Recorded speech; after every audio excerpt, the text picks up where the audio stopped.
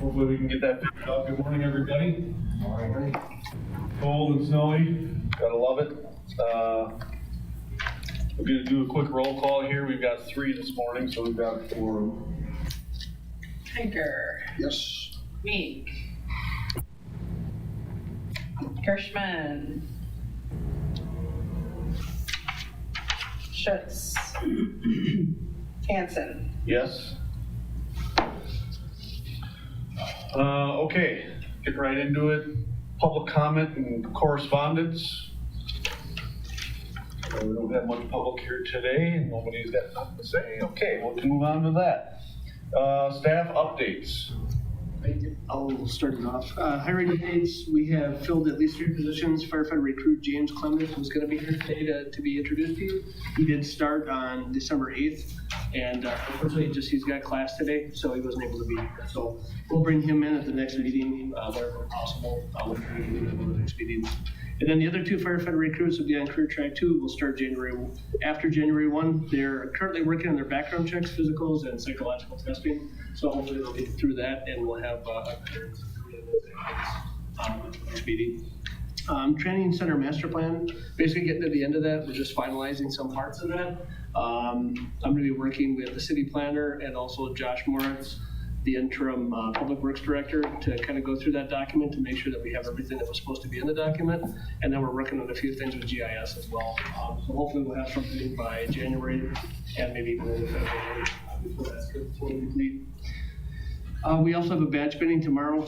Department's hosting a badge binning for firefighter recruit Schifferl, Downs, and Hilger.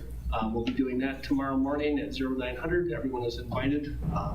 We'll be working through that. The reason we chose to do that is we wanted to make sure that we had time for the family when they came in, and we weren't rushing them on in a meeting. So that was the big idea and the concept behind that. Policies and procedures, you're only going to see one, which is the social media policy. The other policies we're working on, they've got to go through legal, and they've also got to go through HR, finance, and a couple other areas. So it's going to take a little bit longer. We've got roughly 40 policies left in the project. And the last item for today, Squad 1 is here, along with Car 6, and both of those vehicles are updated and are available for you to see after the meeting. So they're completely done. That's it. Chief, we do have one update. Our hiring application process ends tomorrow at end of business. As of yesterday, we've got 16 applicants, and which is pretty good for this day and age. There's a handful that are ready to go. They'll be graduating recruit school, I believe, next week, if everything goes good.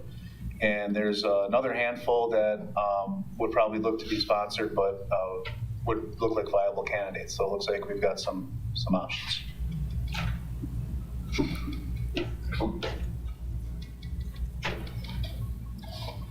Approval of minutes of the November 13th regular meeting. I will move to approve those.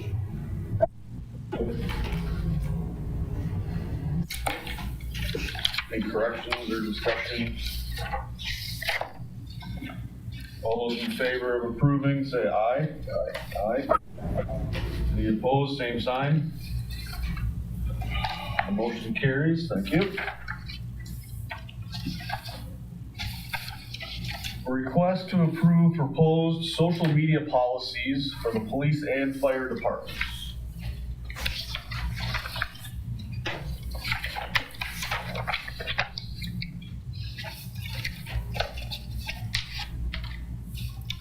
Like us to go into it, what's our plan? Well, let's probably make a motion and go into discussion. Okay. So this is just my personal opinion. Because this is kind of the first time that we're seeing this as our group with these changes in here. I would really like to have Randy and Andy have their shot at their discussion on this. If this was like the second or third or fourth time, it wouldn't bother me so much, but I really don't know where they stand and where they're at. That's just my thoughts. So for me, it would be postpone it till the next meeting. Steve, what do you think? That doesn't mean we can't just.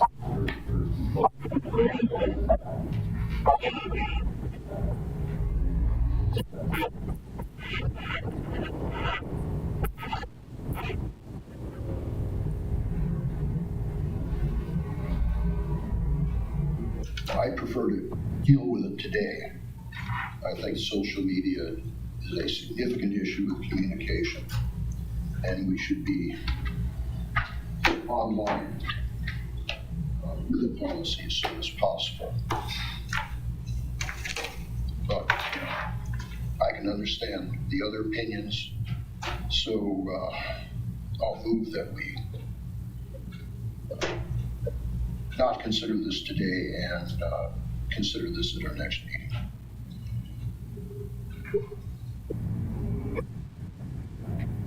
If I could just make one point, Bill, just to hopefully put you at ease, I guess, that we're operating in status quo.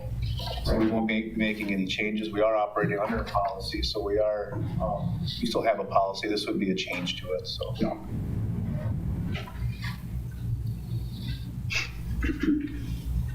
Okay, so we've got a motion and a second to postpone to the next meeting, table till then. Do we need a roll call for that? Yeah, we can just move on.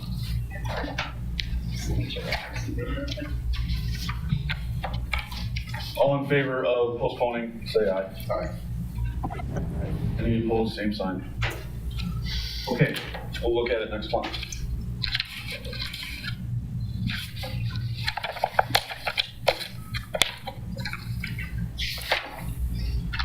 Approval of fire department bills. There were two sets of bills this month. The first set was signed by Commissioner Schutz on November 25th. The second set was signed by Commissioner Panker on December 10th. There are just a few items that I wanted to discuss or just pull for further discussion. Chlorine kit, which is on page 8I. That was something that was able to be obtained for underneath the grant, the WIM grant. And with that one, basically that's used for the top of tank cars and any ones where the valve is, the associated valves up there, it allows us to at least stop the leaking from those valves. So that's what that overall C kit is used for, and basically for chlorine as well. The chlorine kit, that's the main premise behind that kit. The black line meter, this is another item.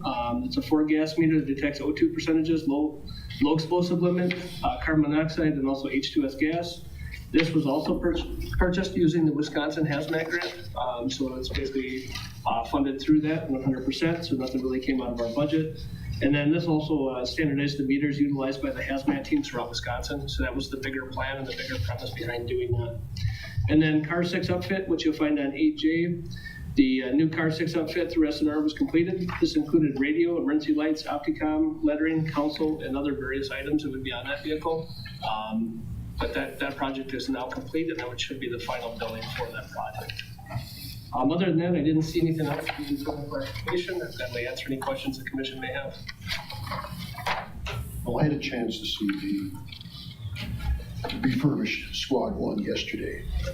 Marion did a really good job on that. Very impressed. And what do you figure the cost saving was on that versus a new or a good condition used vehicle? When we priced out a new Squad, it was $950,000 for a new vehicle. That's when we went back and looked at this vehicle and realized that it only had about 2,500 miles on it. It's not a high use vehicle, but it's it has all of our special response equipment on it. So it's a very important vehicle in the fleet. And after looking at that, we found that we could probably refit that for about $150,000. And then we had a little bit on the electronic package that came in a little higher. So about $175,000 is what we were able to do that project for, versus buying a brand new vehicle at $980,000. And those prices continue to go up. Right.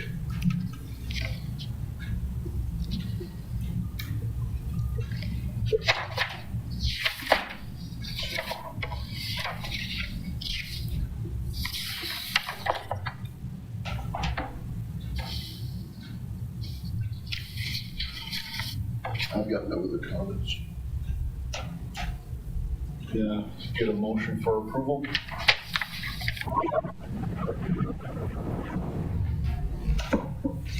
Second on the motion. Any other questions or comments for Chief? Now we'll take a roll call. Pinker, Yes. Meek, Hanson, Yes. Thanks, Chief. Yes. Approval of police department bills. Thank you. In your packets, there's two sets of bills.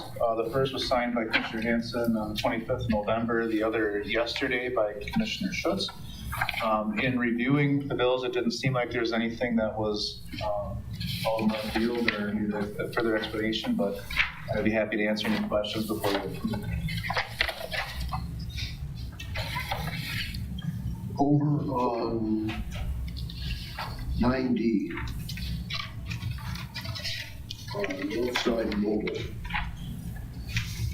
That was that incident we had 2 weeks ago or so. Yes. Okay.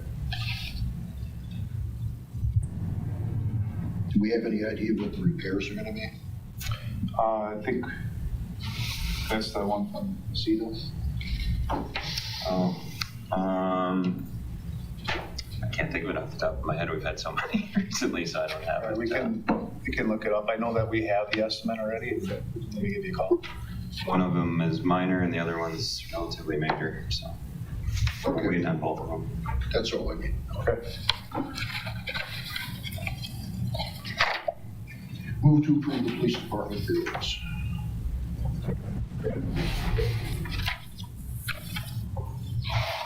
Any questions or comments? And we'll have a roll call, please. Pinker, Yes. Meek, Hanson, Yes. Hey, Shorty. Fire department activities, training report, and correspondence. The monthly activity report is full of training meetings and other events the department has participated in. Each month, this is all done on top of the normal call volume that we do throughout the month. I really want to take the time to commend the staff here at the Marshfield Fire Department for their level of professionalism and all those things. I know I've had many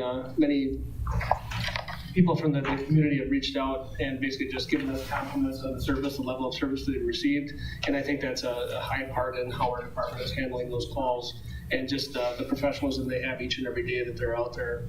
There was one that I really wanted to pull out this month as kind of a special program for us, and that's Mugs for Rugs. You'll find that on 10B. Jenna Conrad, has taken over our falls prevention program at the FD. And as part of that program, she has been working with the Marshfield Clinic to decrease falls at home. That's a big piece of our falls.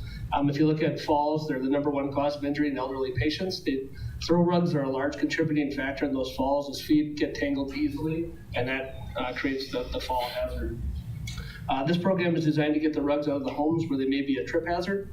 And when rugs are turned in, they receive a mug from the clinic and a coffee voucher for participating coffee shops. The donated rugs go to pet shelters. And this program has been used in communities and has been very successful at decreasing falls at home. So I know one big program that's been utilized is down in La Crosse. They've utilized it down there and they've been able to see some decrease in falls at home. So we're hoping that's going to take place here as well. And it's something that could be here for a long time to come as we move forward. Otherwise, everything else is fairly normal. I'd be happy to answer any questions the commission may have. Do you know how many, excuse me, how many people Jenna's dealing with stepping? Stepping on, I want to say we have a full classroom every week. I do know that. Do you know, Lori, how many, just a head count? Yes, maybe 10, 12. 10 to 12 per week, but that doesn't mean that's everybody in the class. That means that's what's coming each week, but I think there's a lot more involved in that program overall. I can get you some better numbers. Well, this is fine.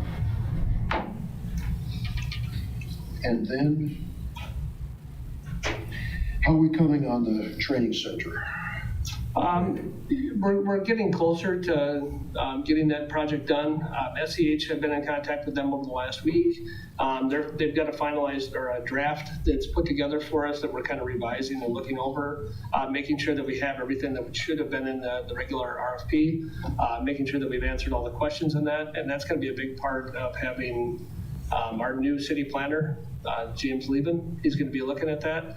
And then also having Josh Moritz take a peek at that as well, just to make sure that we've captured all the information that we need in that document.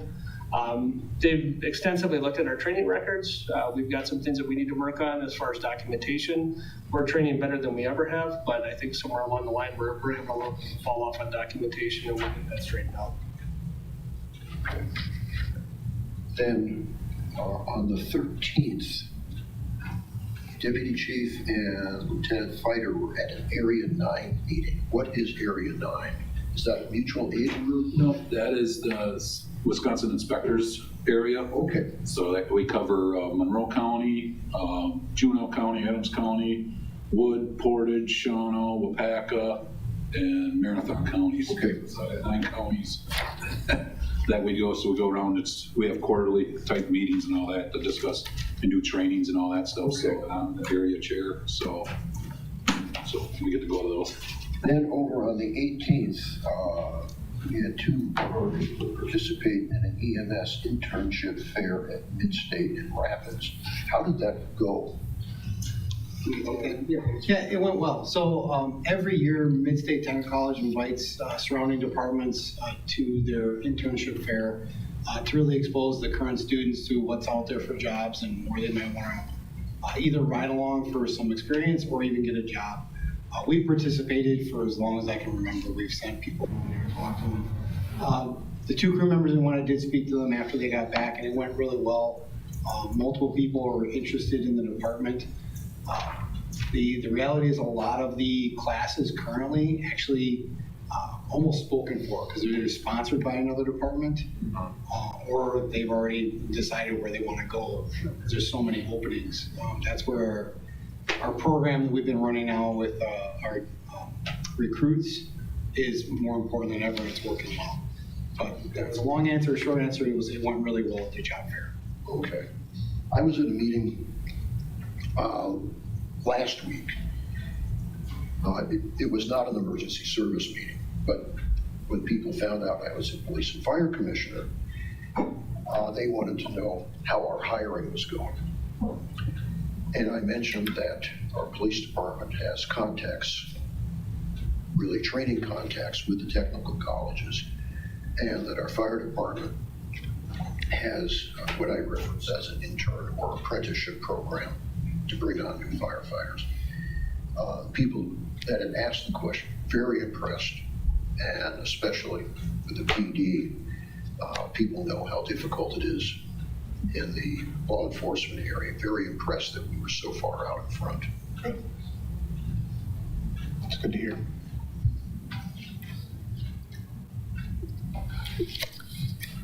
Any other questions?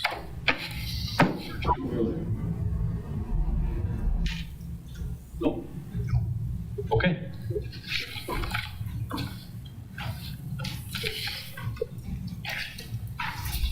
Okay, request to approve the updated memorandum of understanding between the city of Marshfield and the Marshfield Firefighters Local 1021 for the Career Track 2 program.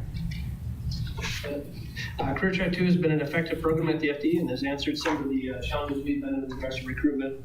We've had the following successes. We've had 3 candidates successfully complete the requirement and move on to Career Track 1, which they'll be having their badge moved tomorrow. And we also have 3 more candidates that will be in the program over the next year. So it's been working very well for us. We went from the time when we had 0 recruits and had a very hard time finding anyone to now we've got at least a list, and we can actually have the best choice of that list. So it's kind of turned around a lot for us, and especially at a time when all other departments are having a difficult time. I think this has answered the questions that we've had and allowed us to actually move forward with hiring good qualified personnel. Over the past year, we had an opportunity to work with this program. We found that some changes were needed. The changes that were needed were sick leave accrual while in Career Track 2 and 1. So you'll find that we've actually better defined where those are going to be coming from. Basically, when they're in Career Track 2, they're going to be utilizing the city's policy. And then when they move to Career Track 1, they're actually going to go under the collective bargaining agreement. So then it basically erases. So they'll go from accruing a little bit of sick leave in Career Track 2 to losing that and then going to 30 days, picked up by the CBA the day that they take over. No different than they've done in the past. The other one, paid holiday accrual, while in career track 2 and 1, basically looking at paid holidays. Over that time, they get 2 flexed holidays that they can utilize during that career track 2 period. And then they have all the other holidays off. When they move over to career track 1, then they go into the collective bargaining agreement. They get 10 paid holidays that they can utilize throughout the year and get paid for 4 of those. That's how the agreement is set up. And then the last one, sunset clause removal. We placed a 1-year sunset in the event that this program was not working. The good news, it is working, and we've been able to recruit excellent candidates. The updated MOU has removed the sunset clause altogether. So at this point, it would just become an MOU that would be sitting alongside the contract. This is not ever going to go into the contract. This is a standalone agreement, and it literally is just an agreement between both parties to make sure that we're doing everything right. I'd be happy to answer any questions that PFC may have, and I'd also request approval of the updated MOU and authorization for PFC President Hansen and Chief Mueller to sign this agreement.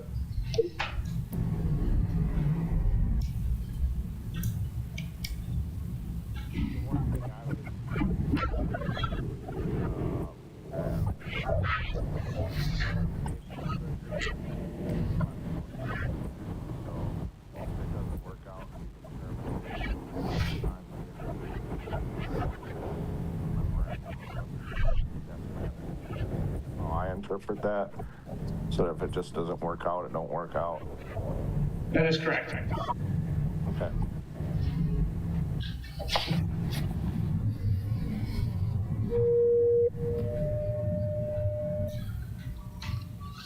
Need a motion. I'll make a motion to approve the memorandum of understanding between the city and the Marshfield firefighters. Move second on that.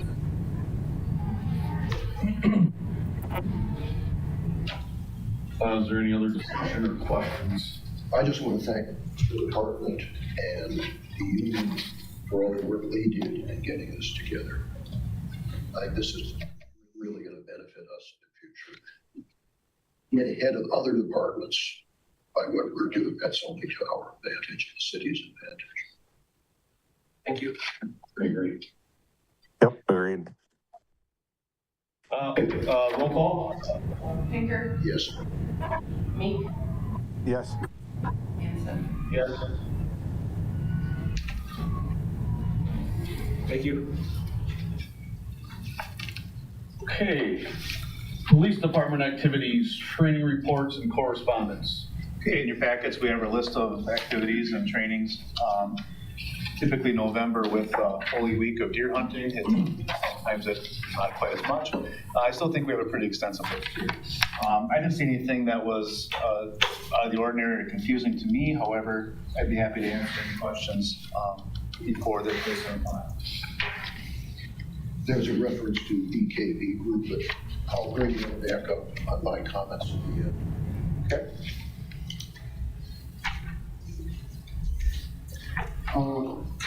Pepperball demonstration. Do we have any pepperballs? We don't. So Marathon County held just a demonstration of pepper balls. It was pretty neat. I'm told that there's a whole bunch of different types of balls that can shoot out of this gun. Like pepper balls is one of them, where it would have OC spray. It's used in riot control, but there's also, I guess, just some non-peppered balls that we can use for kind of a paint compliance. And also what I thought was really neat is that they have some that are filled with similar theft detection powder or things you would get like at a bank bag. So if there's a big crowd, we could shoot these into the crowd and then later identify people who were obviously there through this marking mechanism. Right now, it doesn't look like it's going to be an application that we want to implement in our department. At this point, it is rather expensive, and there's some training involved. However, it's something I think that in the future may be a useful tool. It is a non-lethal weapon, not less lethal, which is also pretty appealing too. So are these devices similar to what we see Border Patrol and ICE using? I guess I'm not familiar with that, but it's a handheld lens. Oh, handheld, so it's like, I believe, right? it's like the Byrna device, Bigger. bigger, okay. Yeah, I think there's probably several different models. I didn't go to the presentation. I'm just repeating what I was told about it, but it sounds like it's something that in the future we may work towards, but today probably isn't the best investment. Okay. I've seen demonstrations of these devices. It's pretty impressive. Yeah. And the kinetic rounds they use, talk about, yeah, it's that ouch factor with those.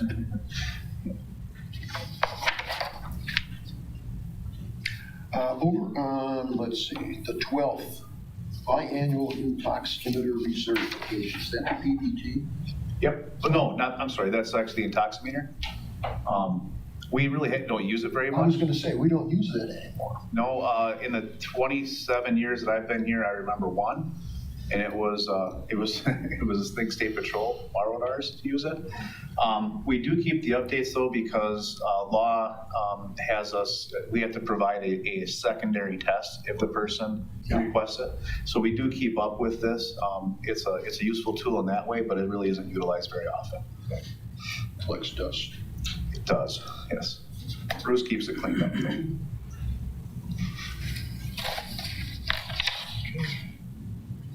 So I just have a question on that. What the heck is it? I've never had to go through that process. Yeah. So you have your test. Yeah, the one that you carry out in the street.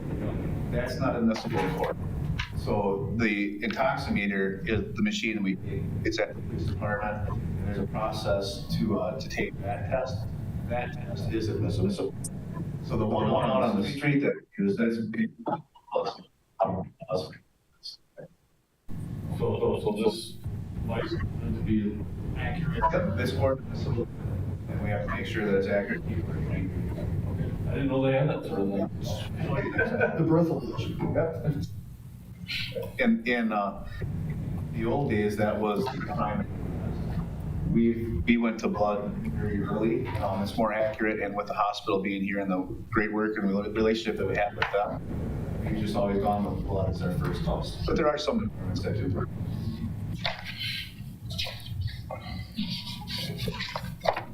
Other questions or comments for Keith?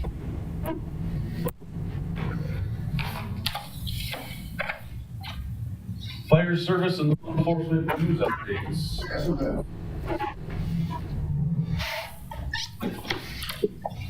Wondering why it's on paper. We had a really good deal on the bargain table. Tom, couple names of paper. You leave that on the shelf. This has been in the news. I don't think it got very widely spread.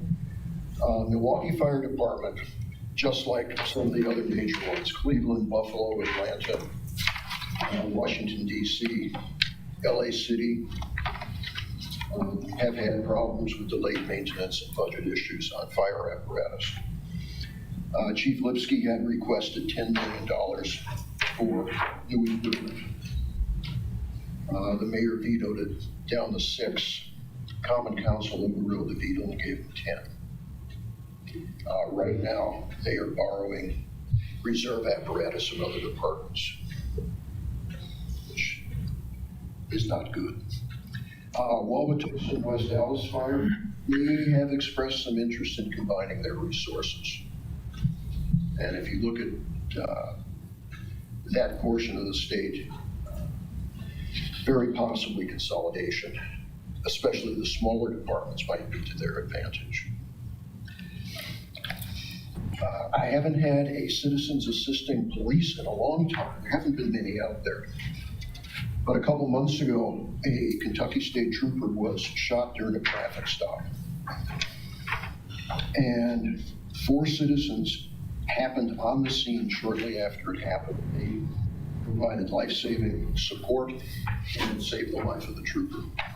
And they received the highest civilian award from the Kentucky State Police. Fire Station Design and Style Awards, that issue of Firehouse is now out I haven't done a cost analysis on any of those yet, but the most frequently cited features: hot, warm, and cold zones and designated decontamination areas with showers and/or steam rooms, and also airlocks between the apparatus floor, the decon area, and the rest of the fire station, so that containing as much as possible. The other most mentioned features were fitness areas, public use areas, and high-risk storm shelters, which I think would be similar to what they're talking about at Spencer at their new facility. Rarely mentioned in this list, LEED certifications and green building techniques. There was only one out of all the entries that was going LEED and green. The other unique feature was in several of the fire station projects, they also had police precinct facilities. There was a unique problem that arose, however. This was an Eastern department. They were planning on a new facility. They were going to move from their present location to a new location. And in the planning process, they discovered that the site they wanted was subject to covenants that nobody knew about. The article never mentioned what the covenants were. And there also were land use restrictions because of the conservancy district, and nobody knew about those, which they were able to work around. I included an item that I had put in the packet several months ago. One is this is from 2018, about how artificial intelligence can affect law enforcement in the negative sense. The other was operating in today's media environment, which is something that applies to both departments. The last one is about fitness, which again applies to both departments. And to that, I would add, in the fire station competition, Wendell 5 Bugles had an award-winning design, and we had them submit both the station training center and the police headquarters. FGMA, which was one of ours, they were a winner in the fire service category, as well as BKB. So we're dealing with somebody that's been out there. The other thing that I would want to bring to your attention, December 1st, 1958, was the Our Lady of the Angels fire in Chicago. That was a parochial school in Chicago. In that fire, 92 children and 3 nuns were victims. You don't hear about it that often, unless you're in the Chicago area.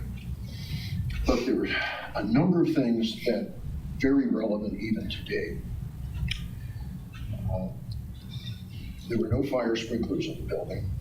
The building had been grandfathered actually by Chicago city ordinance, so the improvements were not made. There were no multiple exits available. There was a stairwell that didn't have a fire door, and the fire, which was started at the bottom of the stairwell, went right up. I think anybody in the emergency services knows that if you have a fire in a religious building, it tends to be a loser. In terms, you've got varnish, you have waxes, and that was part of the problem here. The older buildings, I don't know whether any of us have been in those where you had the transom windows above the doors. Those didn't close, so the fire went right through those.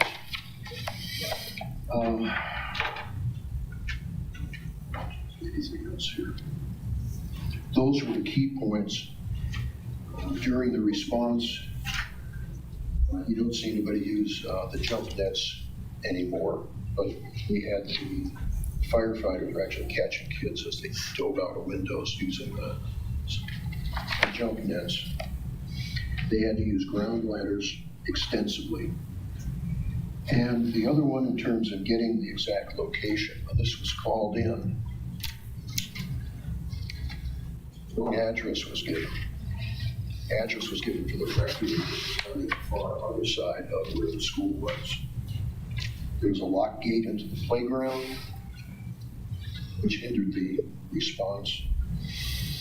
And at the end, after the investigations were done, this came from the National Fire Protection Association president. No new lessons to be learned, only old lessons that went unheeded. They knew everything that could have prevented the fire or made it more easily controllable and saved lives, but none of it was done. In fact, Bob Quinn, who was commissioner at that time, disagreed with NFPA. You know, nothing wrong. So I'll bring back some more next month. Thank you, Bill. Items for future meetings. Social media policy.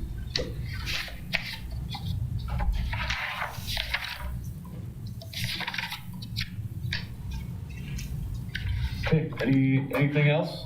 If Chad's got any video of that pepper ball demo, could you I can reach out to him. reach out to him, see I if don't he's got know. something?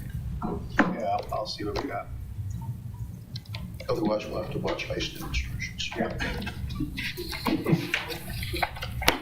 Move to adjourn. We have a motion and a second to adjourn. We're done. It's a record. Lois, we're done. Thank you, have you coming in.